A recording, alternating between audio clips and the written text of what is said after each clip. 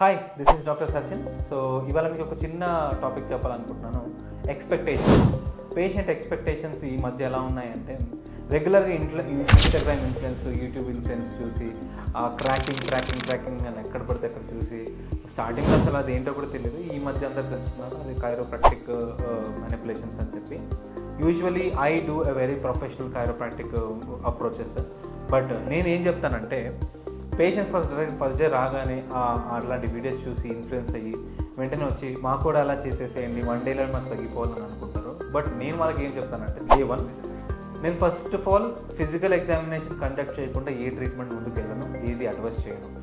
Physical ఎగ్జామినేషన్లో అందులో 2 రకాలు ఉంటాయి: musculogenic pain, discogenic pain. Discogenic pain అంటే ప్రాబ్లం వల్లనే ఆ పేషెంట్ సఫరింగ్ అవుతున్నాడు అంటే అది డిస్కోజెనిక్ పెయిన్. బట్ డిస్క్ ప్రాబ్లమ్స్తో పాటు మసిల్ కూడా వీక్ అయిపోయి మసిల్ మూమెంట్ లేకపోవడం వల్ల స్ట్రెస్ పడి ఒత్తిడిలో ఉండి పెయిన్ అవుతుందంటే మాత్రం అది మస్కులోజెనిక్ పెయిన్. సో ఈ 2 డిఫరెన్సెస్ ఫస్ట్ కనుక్కొని, మస్కులోజెనిక్ పేషెంట్స్కి ఇమీడియట్గా నేను మసిల్ రిలాక్సేషన్ ట్రీట్మెంట్ ఏమైతే అవసరమో సాఫ్ట్ టిష్యూ మాన్యూవర్స్ ఇది మాత్రమే రికమెండ్ చేస్తాను.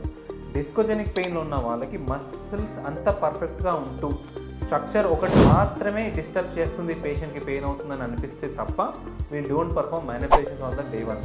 సో స్టాప్ ఎక్స్పెక్టింగ్ మీ ఎక్స్పెక్టేషన్స్ని పక్కన పెట్టేసి డాక్టర్ని వచ్చి కన్సల్ట్ అవ్వండి.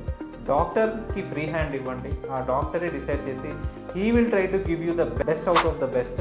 కాబట్టి this is the one tip I want to give to all our patients and all the future patients. Don't have any expectations.